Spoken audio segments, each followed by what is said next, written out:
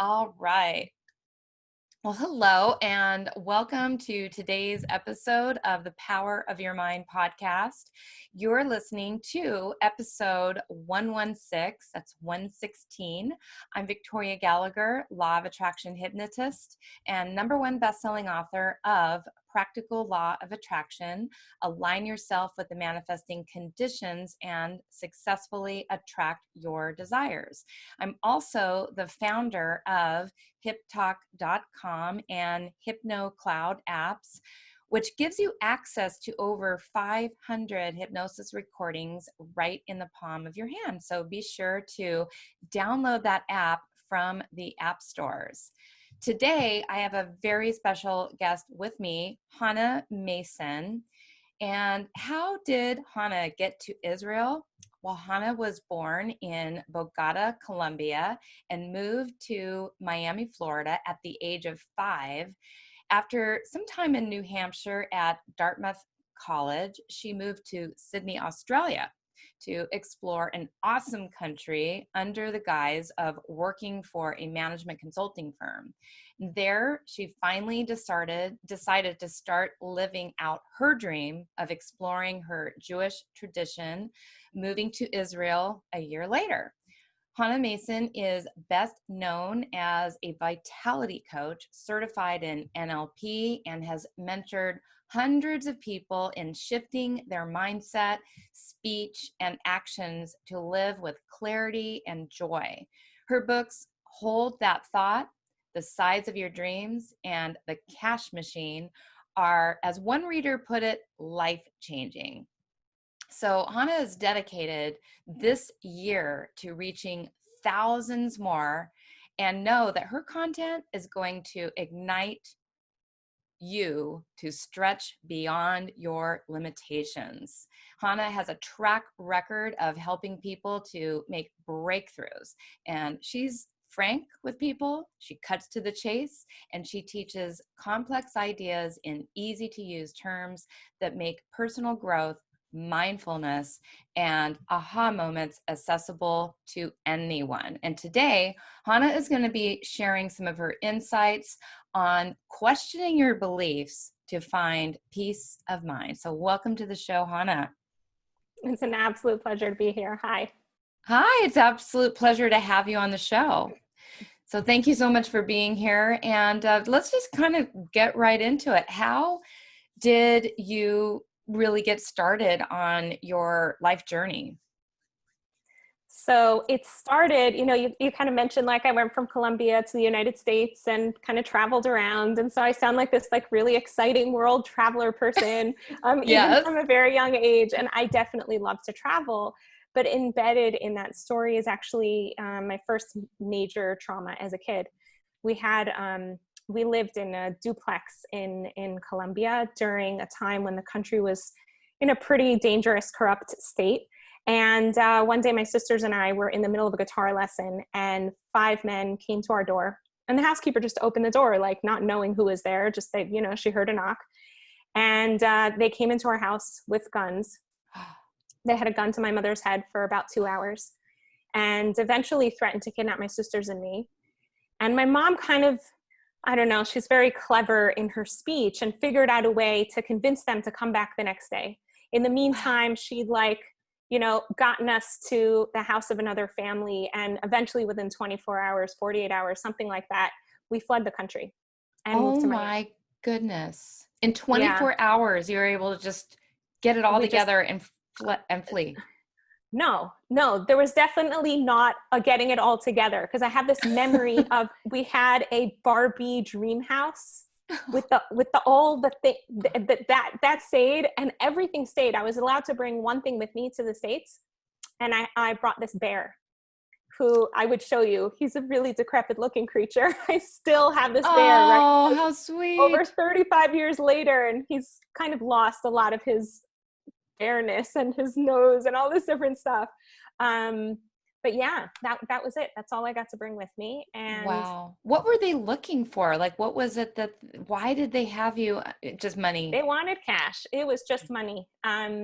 So like, you know, people were always looking for, you know, the country was just so corrupt at the time, and there wasn't law and order. Like, it's interesting to talk to Americans who are sitting here, you know, yapping about how they want to defund the police. I'm like, you have no idea what it's like living in a place without, you know, functioning police.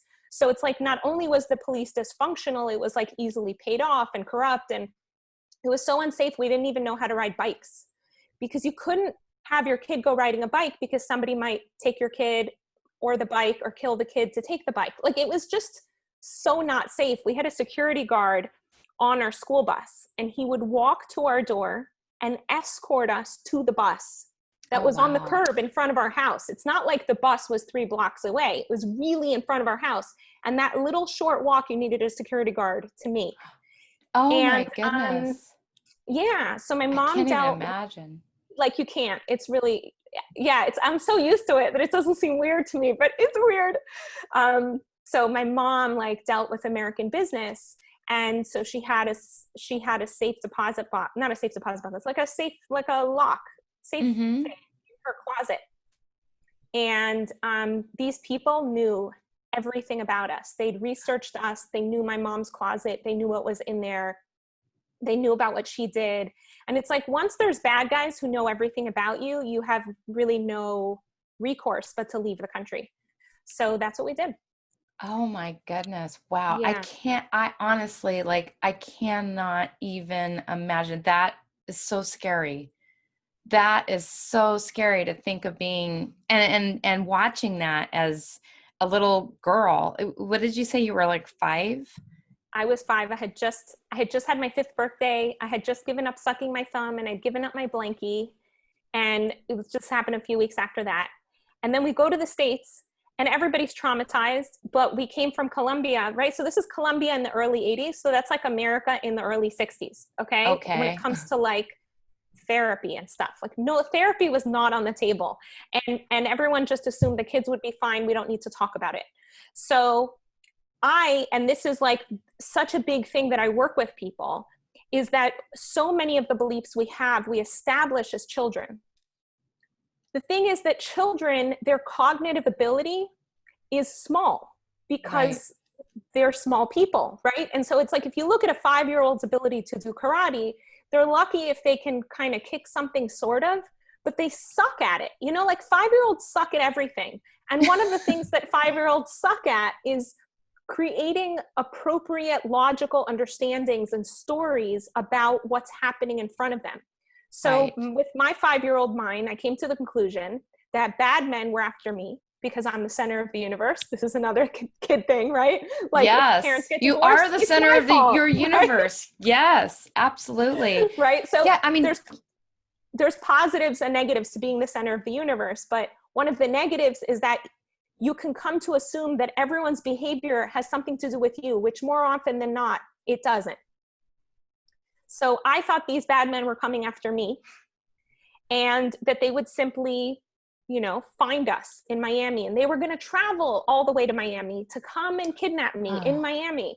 So I had nightmares every night of getting kidnapped, of getting taken from the street, of having witches come after me. I was just petrified all the time and scared of life in general. I just thought the world was a very scary, dangerous place. Yeah. How scary. So how long did it take you? How long did you live like that as a child? Like, was there a point in time when you kind of realized, like, okay, this isn't going to happen and I'm okay now? So I remember in my preteen years, I shifted from believing that I was going to get kidnapped to believing that I was going to get raped. Somehow that's like what my mind did. Mm-hmm. And then I sunk into anxiety and depression through all of my teen years, and just kept trying to find therapists who could help me. And more often than not, they couldn't. I felt like classical psychology was very much about analysis, but not so much about, okay, let's give you practical tools to help you move forward and like really experience joy. And I didn't start meeting people who could guide me in that direction until well into my 20s. And that just changed everything. Like, the first person to really open my eyes was maybe Louise Hay, but it didn't really stick. The person who really did it was Barry Neil Kaufman, who Okay. has a process of inquiry called the option process. And I just devoured his books. And then a girlfriend of mine, just as I was like finishing devouring all of his books, she handed me Byron Katie's book, Loving What Is. And that was like, oh my gosh, this is amazing. This is the simplest, easiest, child-friendliest, idiot-proof tool. And I handed it to another friend who handed it to another friend, and it went around my neighborhood. And all of my girlfriends, we were all young mothers at the time. We decided to meet once a week and use Byron Katie's material and practice it as a group. And we got really good at it. We did this every week for years. And then in between that, some of us would just like meet one-on-one. I had a girlfriend who she and I went for a walk every day. And I facilitated her for an hour one morning. And the next morning she'd facilitate me for an hour. We did that for years also. How great. Yeah. And then my mind started just questioning itself. And everything just shifted. All of my relationships shifted. My sense of self shifted. My relationship with God totally changed. I went from having none to having like a really sweet, intimate relationship with God. Like that was huge. And the thing that shifted the most was my ability to understand that here I am as a human being over here. And then there's my thinking. That the ability to think is a faculty. It's a tool that I can use, that I'm using right now to be able to communicate ideas with you, rather than my mind using me as a tool. And that happens so often. People just, they just fall prey to their thoughts rather than being able to realize that, you're not your thoughts. You think your thoughts and you can choose which thoughts to think. But, interesting. So speaking of books, like I had mentioned in the intro, you've written 3 books. So what was the motivation to write each of your books? So that's a really good question. I started writing children's books, like kind of like middle school kind of books. One day I did a guided imagery exercise with a journey practitioner, and I don't know, like something shifted in my mind, and I came home and I just started writing, literally just like that. I opened up the computer, I started recording children's stories that I'd made up. And then one of them, I decided, okay, I'm going to sit down and write this one. And it turned into a novel, which I still haven't published. But I noticed that there was this intense desire within me to teach through story tools for life, like how to give kids really tangible access to 2 basic principles. One book was all about how inside of each human being, we have resources. So this is a big thing in neurolinguistic programming. And it's like, all I have to do is say to you, for example, imagine a courageous moment in your life and feel the courage inside of yourself. And you'll just feel it. And you literally have reignited courage that might have been dormant 5 minutes ago. It's incredible. And we can do that with any human quality. So that's what that book really was kind of touching on. And the other book is really about how stories shape our experience and who we are and how we perceive the world. And so I'm kind of working on these books, and then we started homeschooling. And so I kind of put my books on hold. And then my husband had an idea. He read Think and Grow Rich, which I'm sure is like one of your, biblical favorites, right? Absolutely. And I literally still haven't been able to finish that book. It is so dense. It's just a hard read. He uses so many examples about people we don't even know who he's talking about. It's just a difficult read, right? And nobody wants to admit that, but it's a hard read, despite the fact that it's full of like killer wisdom, right? So my husband reads this book and he's like, okay, we need like a book like that teaches this, but in a way that people can access. And we're so passionate about teaching through story. So after he'd already written some biblical fiction, he threw himself into writing this book, The Size of Your Dreams, and didn't tell me, because this is my husband. He's very private. And then one day he realizes like, okay, he's going to need a little bit of assistance to really make this book rock. So he brought me into the project, and then it became a collaborative thing for the rest of the way, which is so much fun because we go on daily walks and we would talk about the characters and, you know, and like kind of talk it out and battle it out of like, and flesh out this story and the individual stories of the individual characters. And so there's this teacher, this high school teacher, who's guiding 4 seniors, 4 12th graders through a process of transformation, each one in his or her own life in a totally different way. And they learn how to set and manifest a vision for who they are as individuals and what they want to manifest in their lives. And it's incredible to learn all of those tools, but through like, it's really a page turner. Like we get notes from young people and old people. Oh my gosh, this book changed my life. I had to, you know, I couldn't put it down. I had to read it in one sitting. It's like amazing to hear that.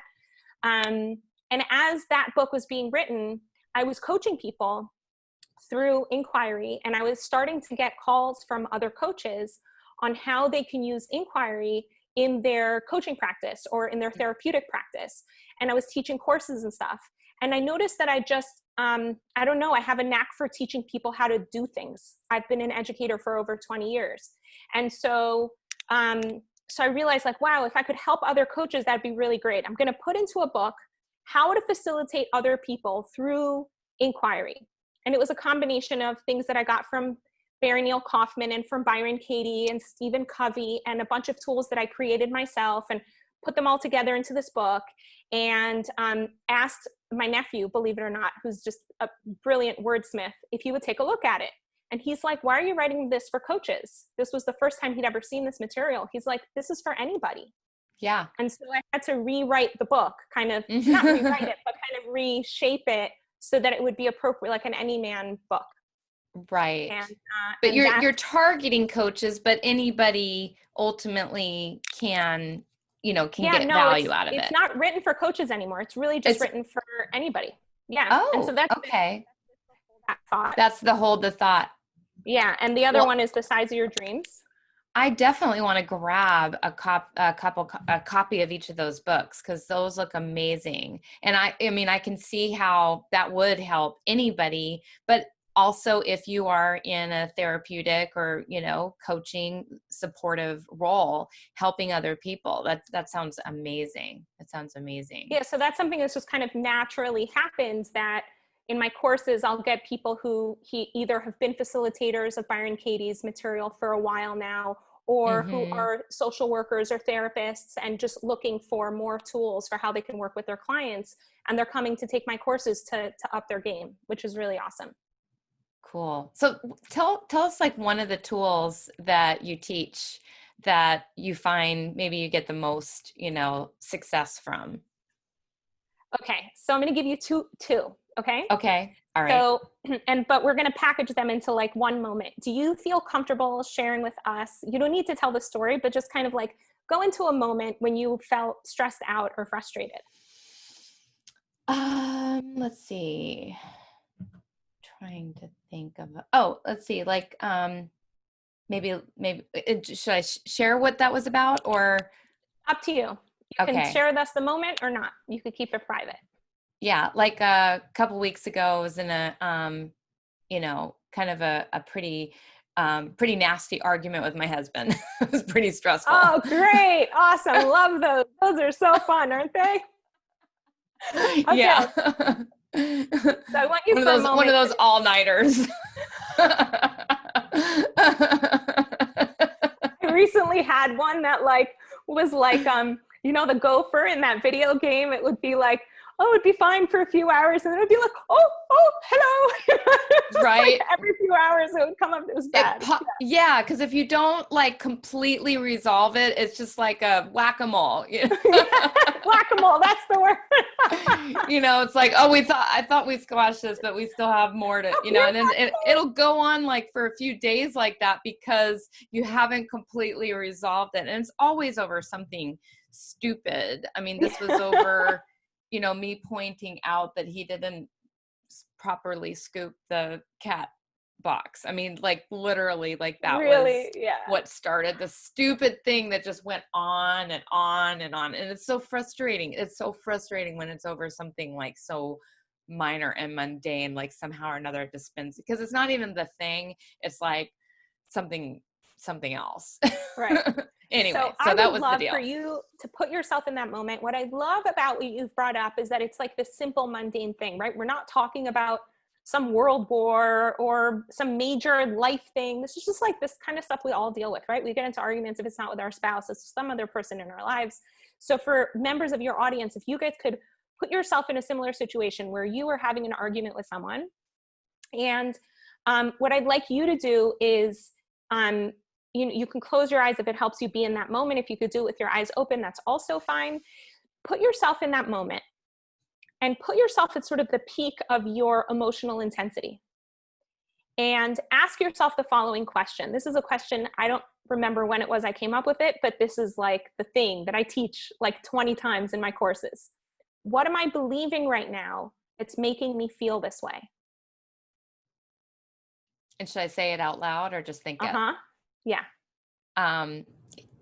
He doesn't care about me. Oh, I love that one. Can we just, is that the most intense belief you have in that moment? In that moment, because yeah, like later on, I'm like crying because we had been, I was so frustrated. I'm crying and he's yelling at me while I'm crying. And it's like, you don't care about me. You don't So really love me. About you don't care about me is that you told us that it was about something really small and stupid. Yes. Yeah. It wasn't about the cat litter. It was about this. Mm-hmm. And so, of course, it's going to be significantly more charged.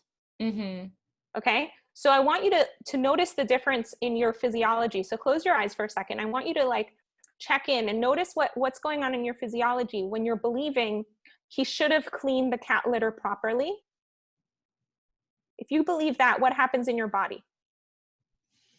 I just think, like I almost feel like hunched over and just kind of sinking and tense. I'm really tense. I get kind of like a knot in my stomach and my throat and my heart, just kind of all clenched up.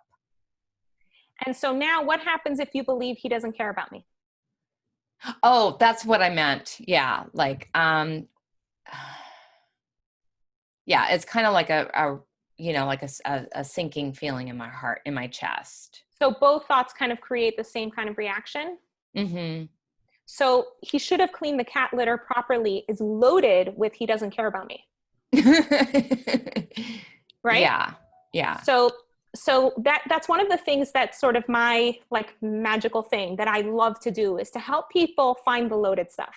Mm-hmm. Because somebody could look at you and be like, dude, it's just cat litter. And you're like, yeah, I know it's just cat litter. And it's like, no, it's not. It's that he doesn't care about you. That's actually the thing, right? And we could go even deeper than that, right? If he doesn't care about you, what does that mean? That I'm not important. I'm not lovable. And if you're not lovable or important, what does that mean? I'm dead. This ain't cat litter. Yeah. This is huge, right? Right. This is life or death stuff. Big, huge, right? Right. And I'm saying that because what I feel like the strength of my tools is that I teach in my book is like, how do you find that stuff? Mm-hmm. Right? How do you get to the dead? Right? What questions do you ask to really uncover the really juicy stuff? But the first, most basic question is, what am I believing right now that's making me feel this way? And when you said he doesn't care about me, I love that because we all have that thought. That's like a super universal thought. We all believe that X person's behavior is a sign that they don't care about us, right? Right. It's like hardwired together, somehow or another, you've just like got those wires crossed in your brain. Right? Yeah. Yeah. So one of the things that you deal with people manifesting their dreams and their life vision, I'm sure you encounter people who have beliefs like rich people are greedy, right? They've taken greed and they've taken wealth and they've done this weird neural mesh that doesn't belong. And it's like, okay, can we unmesh that? Right. Right. Yeah. And how do you unravel that? How do you separate those, those wires and get them where they where they belong, not together, because the two obviously have nothing to do with each other. Right. So we have like this immature part of our mind that kind of thinks more from a limbic place. You know, it's like kind of our animal fear place, just comes to these conclusions, or it's 5 years old and really immature and not very good at like piecing things together, and doesn't take the time to think, oh, is it true that A leads to B, leads to C, leads to D? And what we can do is we can actually activate our frontal lobe, what actually in Jewish tradition is called the adult mind. Yeah. And so we can use our adult mind to really observe our thinking. You know, we can go into observer consciousness, another way that people talk about it, and really question the veracity and the logic behind our thinking. And when we do that, then we can like unravel the mess that we've created. Right. So for you, I would just very quickly take you through Byron Katie's Process the Work, because it's so quick and easy to use, and your audience can right away pick up on its magic. And it's to ask you the following questions. He doesn't care about you. Is it true? No. And so put yourself in that moment, because how you react in that moment might be different than how you act now when you're outside of the moment. Okay. Is it true then? He doesn't care about you. Is it true? It's not true. Great. And how do you react when you believe that it's true? You already told us that, right? I said what happens to your physiology. So you gave us that. So I'm going to ask you one more question. Close your eyes and look at your husband. How do you relate to him? How do you treat him when you believe that he doesn't care about you? How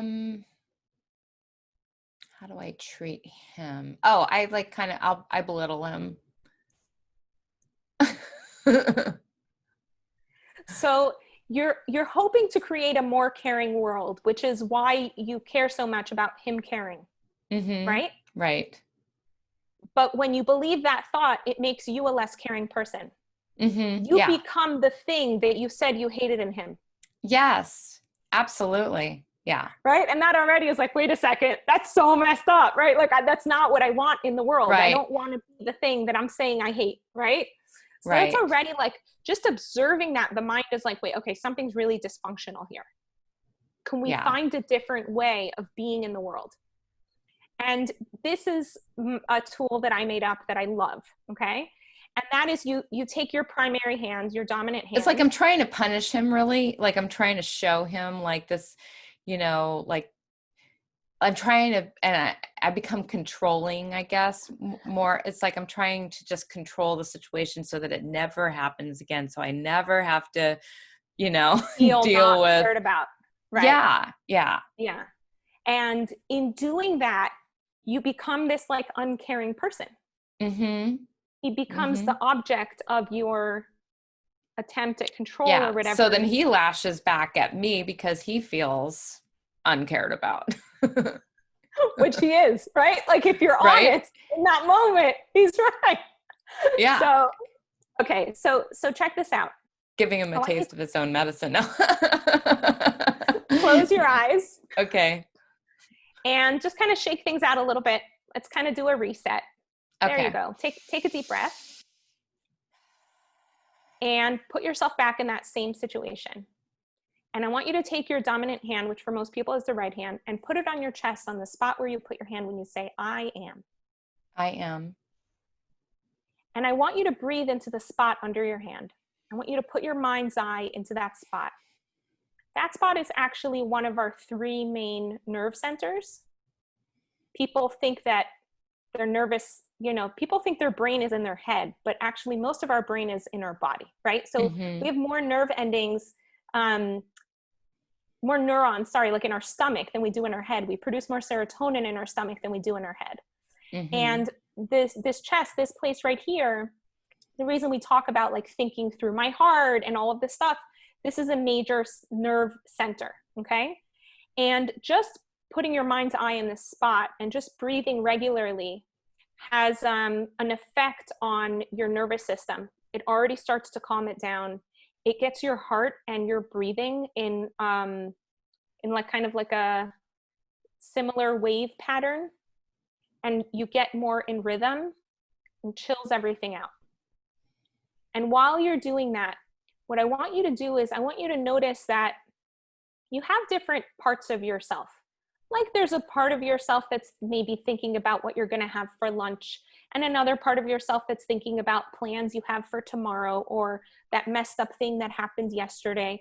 You might notice that you kind of, it's like you have scattered parts of yourself around the world and around time and space. And I want you to invite all of those parts of yourself to come back home under your hand. And as you breathe, you can see them coming back like birds coming to roost in a tree at sunset. And you just keep breathing into that spot and focusing your mind's eye. And there's a certain point at which you'll notice like, okay, I'm here. You're there? Okay. And from this place, hold this place, stay home. And now look at the scene. And imagine that the thought he doesn't care about you isn't there. Maybe it goes off to the 7-Eleven to have a Slurpee.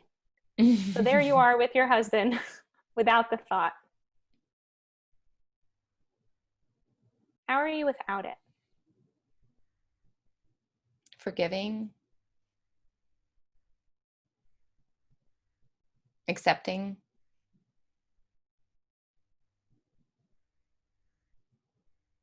And what's Light. going on in your physiology?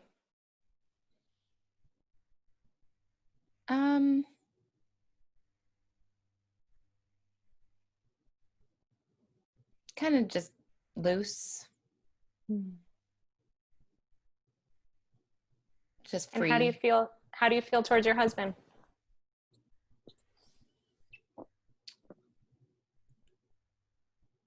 I feel more just compassionate.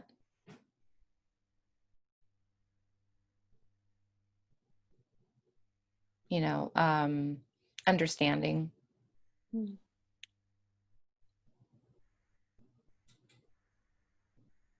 So the caring that you were looking for, it's right there. Mm-hmm. So Byron Katie introduces this concept. You can open your eyes if you want. Byron Katie introduces this concept, so I think is really the genius of her work, because questioning your thinking, like to ask, oh, is that true, right? Like we do this all the time, right? Somebody says something in the news, right? Like we're about to erupt into World War III, and you're like, really, is that true? I don't know. Like you can sort of question it, right? Tomorrow it's going to rain, and it's like, well, the weatherman's been wrong like 500 times this year. Like, is it true it's going to rain tomorrow? I don't know. We engage in this kind of questioning. We know how to do that. Mm-hmm. The genius of her process is that she introduces this concept called a turnaround, which is when you say the opposite of the original belief that you have. Right. So in this case, you know, what's the opposite of he doesn't care about you? That the opposite of that is he does care about me. Great. So you notice how when you were believing that he doesn't care about you, that your mind was like giving you all of this evidence?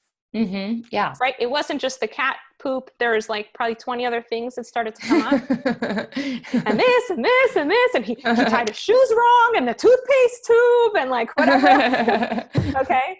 So when you do that, you're stacking up all this evidence as though you're the prosecuting attorney in court. Except that you're like eliminating all of the evidence that doesn't support your story. Right. You know, which is like what the modern news media loves to do. It's like, we're only going to show you one angle and like do this whole spin thing. And we're just going to ignore all the other stuff, right? Exactly. We want to be like honest people of the world, and we want to have an open courtroom. So what we want to do now when we present this alternative perspective is also allow all the evidence supporting that perspective to now be seen. It doesn't mean that you're writing fiction. What it means is actually you stop writing fiction. That you start actually looking at what actually exists in the world rather than pretending like all this other stuff doesn't exist. Right. That makes a lot of sense. Yeah. So it's like, just like a stool needs at least 3 legs to stand on. A new perspective needs at least 3 pieces of evidence to start building that new neural network to hold it together. Okay. So can you give us at least 3 pieces of evidence that it's true that he does care about you? Oh yeah. I mean, he, he leaves me sweet notes, he tells me, that he loves me every day. He loves spending lots of time, together. I mean, I could come up with, oodles of reasons, but those are, those are just the first three that came to my mind. And it's amazing because had I been the type of girlfriend of yours who always just supports your story, Mm-hmm. I would have come Right. to the conclusion that your husband was like an obnoxious guy because you weren't giving me all that stuff. And now I'm like, oh, he's such a sweetheart. Oh, it's just the cat poop, right? Yeah. And what my mind does, because I've gotten so used to not believing people's stories, Yeah. my mind automatically went to another opposite. Mm-hmm. So he doesn't care about you. What would be the opposite of he in this case? What would be the opposite of, oh, I don't care about me? Yeah. How's that true?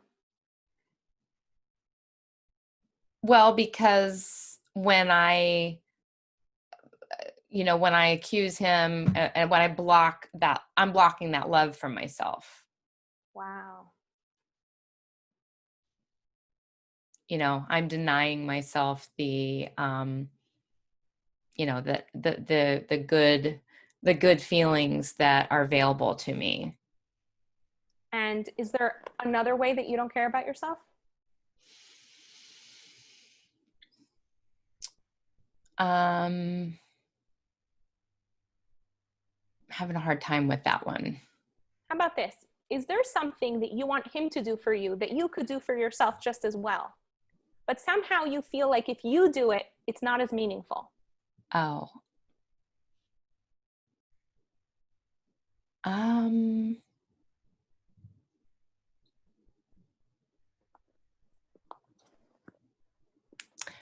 I don't have one like that that's coming to my mind. So I'll Something give that you I an want. example. I Okay. recently interviewed someone who engages with somatic tools, so like Mm-hmm. mind body tools to help people in their processing of trauma. Mm-hmm. And I was like, okay, like what are these somatic tools? Like, give me an example, right? Because like I've heard the word a bunch of times and I've gone to somatic practitioners, but I know my audience might not even have ever heard the word. And she gave such a simple example. She's like you can go like this and say, it's Mm-hmm. okay. You could stroke your face. And ever since she said that, I try at least once a day to do that, to just stroke my face.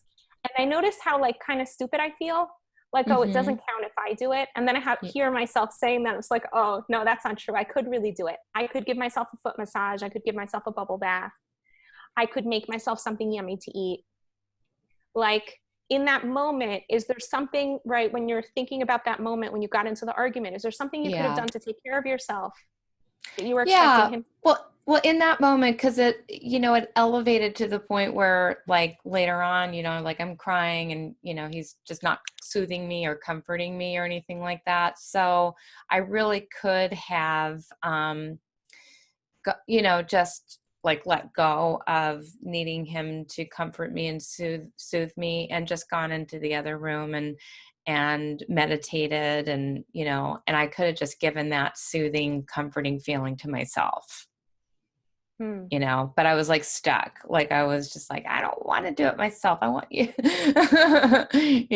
like I just, we both kind of go into our crazy town, It's like the we're, classic male female pattern, right? You want him to give you attention and he's like, I need my space in order to cool off. And yeah. yeah. So we were both in crazy town, and, and so I could have just, gone and just given myself what I needed in that moment. Because the only And reason so he wasn't giving it to me, because he was frustrated, and I was,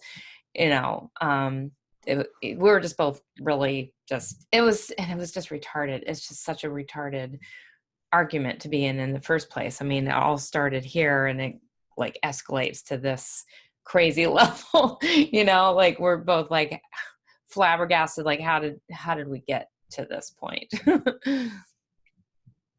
so you have this one more opportunity for a turnaround that's like really rich. So he doesn't care about you And this is another Mhm. I. Okay. I don't, Try yeah. I. I don't care about me. Is that, I You don't care don't about care about. him. Him. Yeah. Yeah. Yeah. So Yeah. how is that true? How, like, right? And what we're looking for here is not just, we're not looking to beat you up. Mm-hmm. What we're looking for is for you to shift out of that place where life is happening to To you, me, right? or to life is happening for you. Like, how can you take ownership over your behavior, your emotional experience, and making the world a better place, which is really what you want, right? Mm-hmm. So the self-soothing is like, okay, you taking responsibility for your emotional world and not putting it Mm-hmm. on someone else to do that. And then there's also looking at, looking at your husband and saying, I want a world in which people care about each other. Mm-hmm. So how could I have cared about him more in that moment? And how can I do Well, that more in my life? yeah, like when that initially happened, instead of like taking a picture of the cat box and texting it to him while he was at work, with a awesome, really, whatever it was that I said that was so offensive. Obviously, I mean, I can look at the evidence of us being together for 15 years and him pretty much always doing a pretty good job with it. And just kind of giving him the benefit of the doubt and, just handle it more maturely instead of, like maybe wait till he gets home from work and say, hey, by the way, this happened. And just, it just could have been, I was a little sarcastic and snarky, and there's no reason for that. Mm-hmm. And, like I wouldn't want that, like in my day. Like I wouldn't want to be treated the way that I treated him. So so yeah, I could have handled that, much much better. I guess I was just trying to be a smart ass. Well, when you believe he doesn't care about you, you don't have a choice, Yeah. right? When you believe something like that, you're going to engage in certain kind of behavior. Like if someone believes that the only way that anyone's ever going to give them attention is if they have a gun to their head, so Hmm. like they're going to be using a gun a whole lot. Yeah. Yeah. Well, and in that moment, it's like he doesn't care about me, and I don't ever want this to happen again. So I want to make a statement. Like I want to make a big statement so that it's like it's a shock to the system, and so this won't happen anymore because it's annoying. Right. It's like I don't want to deal with that ever again. So like, let me just make sure that I really say something, really, yeah, with a full on 1-2 punch. So it's like we're done with that forever. He's never gonna forget because of that. But then, that's not even true because people do forget things, that doesn't fix it. So I'm trying to fix it, and that doesn't fix it. There's nothing I can do to make that never happen again. And People so, are but human the beings. ego loves to feel like it can control all of life. And the funny thing is when we allow our ego to get really, really big like that, we Hmm. actually end up living really small.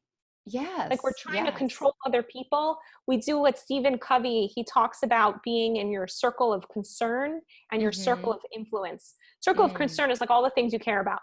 Circle of Hmm. influence is those things over which you actually have the power to like shift. Hmm. And the news media, for example, loves to get us into our circle of concern. All we do all day is like butt in other people's business and think that we're doing something, but we're not. Like our minds are just active in all this different stuff, but we're not shifting anything. The Right. more we can say like, okay, what can I do? What can I do to care for myself? What can I do to deal? Like my guess is it would have been just as fast for you to just deal with the cat stuff than to take the picture and send the text, right? Like you done the thing, and so as soon as he doesn't care about me goes through your mind, or maybe you don't notice that it's going through your mind, which No. is why it's so key to just be in touch constantly with your body and notice what's going on in your physiology, and notice you're getting angry and shut down, and ask yourself, what am I believing right now? And as soon as you ask that question, your mind's like, oh, you want to hear what I have to say? Okay, here I go. Blah, blah, blah, blah, blah, blah, blah, blah, blah. He doesn't care about me. How fast? You said that so fast. All we had to do was ask the question. Yeah.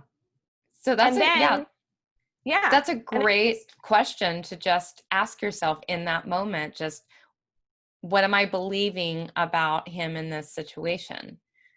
Or what am I believing about myself in this situation? Right.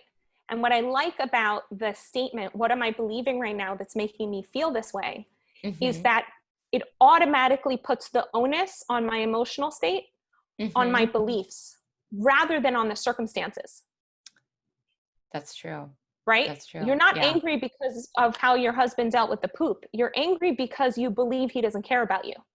Right. It's the, because like in Landmark, they have the, what happened and the story. What happened is he left, certain situation with the poop box. It's meaningless. It's a meaningless, there's no meaning. I bring the meaning. Right. And so, we do that. We do that constantly with these events that happen. These events, there's a billion different meanings that we could make up about that event. No two people are going to see what happened the same way. Exactly. Right. And yeah, so, I see it as like, oh, he's slipping on his responsibilities. And not only that, that's an indication of the fact that he doesn't care, right? And it's like, even though those two things are like nothing to do with one another. Right, exactly. So yeah, they don't have anything to do with each other. And so it's, I think just bringing that awareness to it, that like, I'm making up, this false assumption about his feelings about me or lack thereof. And, and I'm not even aware that I'm doing that. But so it's like, why am I mad about that? What is it that I'm believing, about that? So that's great. This has really been, I believe, a really, really valuable tool that I think our listeners could take away from this. I always like to give a tool that people can actually walk away and use. And so I want to thank you for, for sharing that tool. So that's just one of the many tools that you maybe talk about in your book. Yeah. So in Hold That Thought, I share 22 different tools that help people identify what are the beliefs that are upsetting them in the first place. Right. So here was one way of like saying, okay, what's upsetting you? Right. Because you went from cat poop to upset so fast, you might miss it. And then how to go through the process of questioning those beliefs, and how to really dig deeper into what meaning or what stories we have underlying that. And then how to shift into new perspectives and how to take action so that our lives can look different moving forward. Yeah, that's awesome. Because just that chain of thought that I went through, it's so destructive. It's so dangerous. It is a really dangerous, destructive way to go through life, to, just kind of like be kind of almost like victimized by these little circumstances. And we do it all the time. And we do. And we live in a culture that encourages it. Yeah. So, something that's really fascinating for me to have grown up in the United States, but live at a distance. So I'm kind of, I'm kind of a foreigner, and to be able to look at how loudly the American discourse right now is all about victimhood. And it's fascinating how both the far right and the far left are blaming other people for their challenges. And the thing that really like got me to understand how the biggest life challenges that all of us experience are in the smallest things was in reading and hearing anecdotes of people who had gone through the Holocaust, been in concentration camps, came out of the concentration camps like bones, that were like barely strung together bones, and are in these DP camps that are like refugee camps. And the things that they want to talk to people about, like the either the doctors or the therapists at the DP camps. Like, what is it that they're dealing with these DP people? Mm-hmm. Not that they've lost their entire village and entire family and were emaciated and worked to the bone. And I like this girl and she doesn't like me back. I got into an argument with this guy over there in the DP camp. Like, you'd think they'd be dealing with the biggest things of life, but it's actually the really small things in life that crush us or empower us as human beings. So all these people who are saying, oh, my life sucks because of, I don't know, some system or some racial thing or some whatever. It's like, no. Your life sucks because you don't love yourself, because you think people don't care about you, because you had some conflict with your parent, or, you know, your girlfriend's upsetting you, or whatever. Like, it's like little things like that.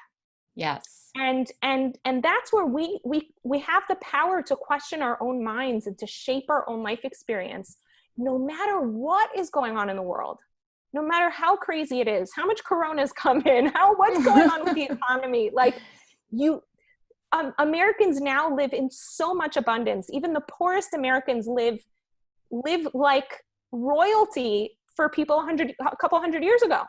Like, well, you have water and flushing toilets and telephones. Like, it's miraculous. I know. And, you know, if people could just see that, and if they could allow themselves to embrace that abundance and really shift their thinking onto what they do have rather than what they don't have, or what's right rather than what's wrong, but also just to be able to shift your perspective that things are not happening to you, but that, you know, you are bringing the meaning of whatever events are happening in the world. You're bringing the meaning. You know, I mean, people don't necessarily want to do that, but the reason why you do that is because when you can do that, when you can force yourself to see that, and I'm creating the experience that I'm having, when you say, I am creating the experience I am having, then you're coming from a more empowering place that I can create whatever experience I want to have in this world. And that's why you do this work, you know, not because like I love picking on myself and saying like, oh my gosh, you know, it's me that is not caring about me. No, it's not because I want to get down to there's a reason why I want to know that. And the reason why I want to know that is because if I know that, then I know that I can create whatever feeling, whatever experience I want to have, and less of the things that I don't want. And you have the key of how you can take care of yourself, right? I have it's like the it's key. Embedded in there. Yeah. And that question is so powerful and so empowering. Say the question exactly in the words that you use, because I'm not going to say it the right way. What am I believing right now that's what am I making believing me right feel now this way? That's making me feel this way? And I just want to leave it with that, leave it on that note, because that question is the question that I'm going to challenge you for the rest of today, rest of this week, maybe the rest of this month, to get into the habit of when you notice you're feeling and thinking something, ask yourself that question. Ask yourself that question. And so thank you so much, Chana, for going through this process with me. And be sure to check out Chana's books, Hold That Thought, The Size of Your Dreams, The Cash Machine, A Tale of Passion, Persistence, and Financial Independence. Oh, my water bottle's telling me it's time to drink. Watch this. Hang on a second. Oh my gosh, that's so freaky. Is that cool or what? So, and then Like you're space also, age. it's so cool. It's so cool. And then you're also giving a free download for our audience. Yes. Hold That Thought ebook.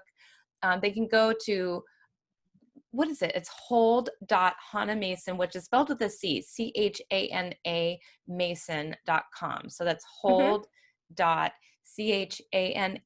Mason.com. That'll be in the show notes. So they can get the Size of Your Dreams ebook So they can get the Hold That Thought ebook there. Okay. And the Size of Your Dreams is at thesizeofyourdreams.com. Okay. And then there's also with the cash machine, buildmycashmachine.com/download. So these are all downloads. They can just put in their email address and get that. 3 things. That's Three so things. generous. We love being generous. Yes, absolutely. Well, thank you so much for being on the Power of Your Mind podcast. Thank you, listeners, for continuing to listen to the Power of Your Mind podcast. And I will talk to you all next week.